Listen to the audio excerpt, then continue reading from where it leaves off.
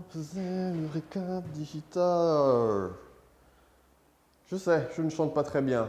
C'était la fête de la musique lundi. Mais moi, je continue à fêter.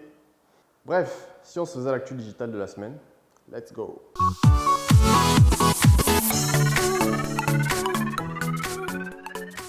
La semaine dernière s'est tenu à Paris le salon Vivatech, le célèbre salon mondial qui présente les innovations technologiques dans tous les domaines. Et vous savez quoi? Une start-up gabonaise a représenté le Gabon. Que dis-je, l'Afrique? Il s'agit de Posi. Pour ceux qui nous suivent, on en a déjà parlé. Mais qui le mieux pour nous présenter Posi que Loïc himself, son fondateur? Alors Loïc, c'était comment Vivatech? Merci Emeric.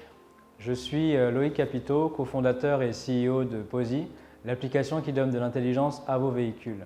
Alors nous revenons tout droit du salon Vivatech qui s'est tenu lieu en virtuel et à Paris et qui a rassemblé tous les acteurs de la tech et du digital du monde entier. Ça a été l'occasion pour nous de rencontrer d'autres entreprises, d'autres startups et de développer beaucoup de synergies, d'opportunités pour le futur de notre application. Pour en savoir plus, rendez-vous ce samedi sur la page We Are Digital.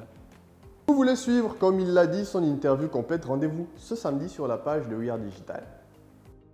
Alors j'étais là, je surfais tranquillement sur mon téléphone quand je suis tombé sur le site web de Toyota Gabon qui vient de dévoiler une fonctionnalité qui, ma foi, est super intéressante et super originale surtout. Il s'agit d'un showroom virtuel. Alors qu'est-ce que c'est un showroom virtuel? C'est simplement une image 360 de leur showroom. Pratique en ces temps de Covid-19 qui limite les déplacements. Une fuite qui fait beaucoup parler d'elle ces derniers temps. Il s'agit de la fuite de Windows 11, la nouvelle version du système d'exploitation de Windows, avec plein de nouveautés qui va du nouveau logo à l'intro de démarrage, en passant par le menu de démarrage en lui-même. En plus, l'interface est beaucoup plus épurée.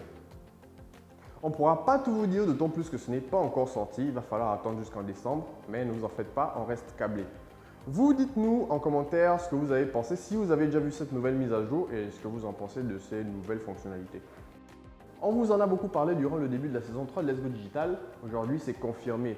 Pour ceux qui ne l'ont pas encore vu apparaître, bientôt il va y avoir un bouton podcast sur les pages de vos Facebook qui va permettre aux créateurs d'intégrer directement leur podcast sur leur page. Plus besoin d'aller télécharger les podcasts sur les plateformes dédiées, vous pourrez directement les écouter sur votre page Facebook.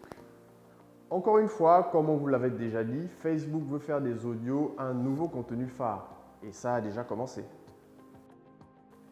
Move Africa Gabon Télécom, dans ses actions sociales, a lancé une formation destinée aux élèves pour l'utilisation responsable des réseaux sociaux, Facebook, TikTok, Instagram, en mettant un accent particulier sur la propagation des fake news et les dégâts qu'ils causent. Aujourd'hui, l'objectif, il est clair. Avant la fin juin, c'est former 500 élèves à l'utilisation des réseaux sociaux et on les encourage vivement parce que c'est bientôt la journée mondiale des réseaux sociaux. Alors, utilisez-les de manière responsable. Let's Go Digital, c'est fini pour aujourd'hui. On a hâte de lire vos commentaires. N'hésitez pas à écrire, à partager vos points de vue, etc.